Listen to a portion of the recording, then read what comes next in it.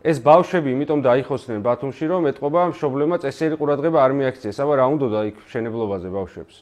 თბილისში, შადრევანში დენმა რომ დაარტყა ბავშვს, ეთყობა იმასაც არ უთხრეს მშობლებმა, რომ იქ არ უნდა ეთამაშა, თორე აბა ეგ ამბავი ეგრე არ მოხდებოდა.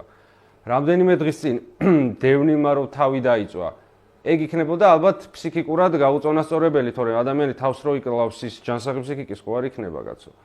შშმ პირი რო უცემიათ ციხეში რამდენიმე დღის წინ და გარდაიცვალაო.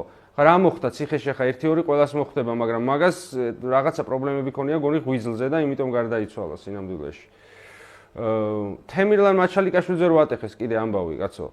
ეგ თურმე იცნობდა ტერორისტებად გამოცხადებულ ადამიანებს და ეხა ტერორისტებს რო იცნობ საფრთხის ქვეშ ხარ და თავის თავს მოკითხოს. ლექსო ლაშქარავაო კიდე ამბავი რო ატეხეს.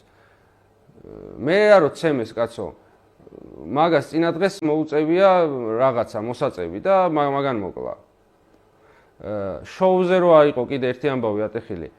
ხო გითხრა ჩვენმა პრემიერ-მინისტრმა რომ არ ემოძრავა ამ ხალხს ზედმეტად ერთი ნაპირიდან მეორეზე სად მიდიოდნენ რომ მიდიოდნენ ყოფილიყვნენ ადგილას და ზოგიერთი მაინც შეიძლება გადარჩენილიყო.